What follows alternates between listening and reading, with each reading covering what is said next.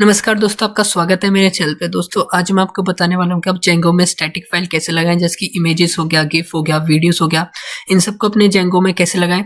जैसे कि मेरा जेंगो में एक वेबसाइट है जिसका वेब पेज में मेरे को इस वेब पेज में लॉगिन फॉर्म में मेरे को इमेज लगानी है और साथ में मेरे को ये रजिस्टर फॉर्म में भी मेरे को जो है इमेज लगानी है। तो मैं कैसे लगाऊंगा, तो चलिए शुरू करते हैं।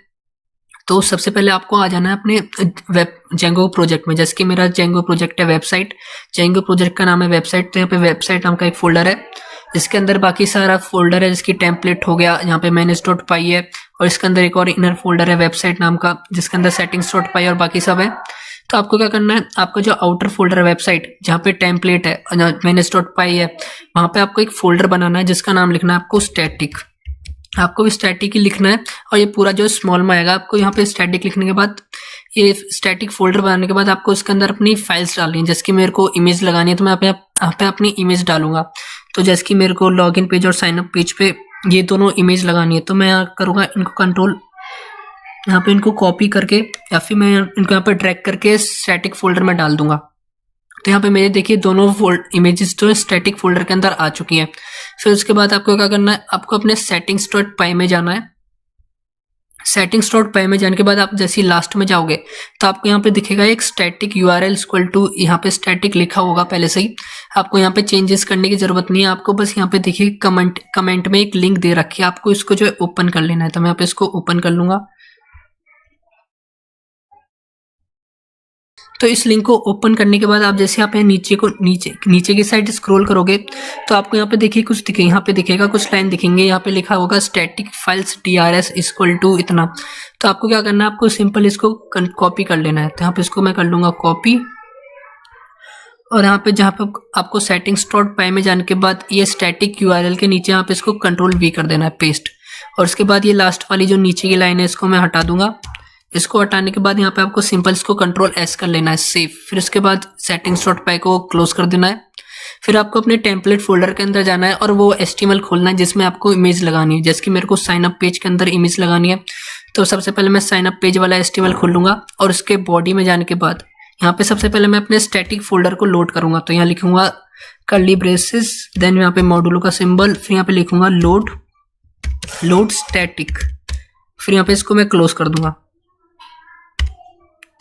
फिर उसके बाद आपको इमेज के सोर्स में जाना है और यहाँ पे आपको लिखना है, सबसे पहले यहाँ पे कर्ली ब्रेसेस लगाना है, यहाँ पे लिखना है मॉड्यूलो का सिंबल लिखना है, फिर यहाँ पे लिखना है स्टैटिक,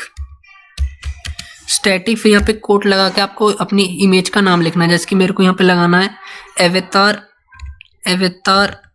इमेज 1.png, ये मेरे को इमेज लगानी है। तो यहाँ पे इसको कोड के अंदर लिख दूंगा, फिर यहाँ पे मैं इसको क्लोज कर दूंगा मॉड्यूलो लगा के, और फिर यहाँ पे लास्ट में कर्ली ब्रेसेस का क्लोज सिंबल। तो ऐसे यहाँ पे ये मेरा साइन अप HTML में जो है मेरा इमेज लग जाएगी। तो यहाँ पे मैं इसको Ctrl+S कर दूंगा।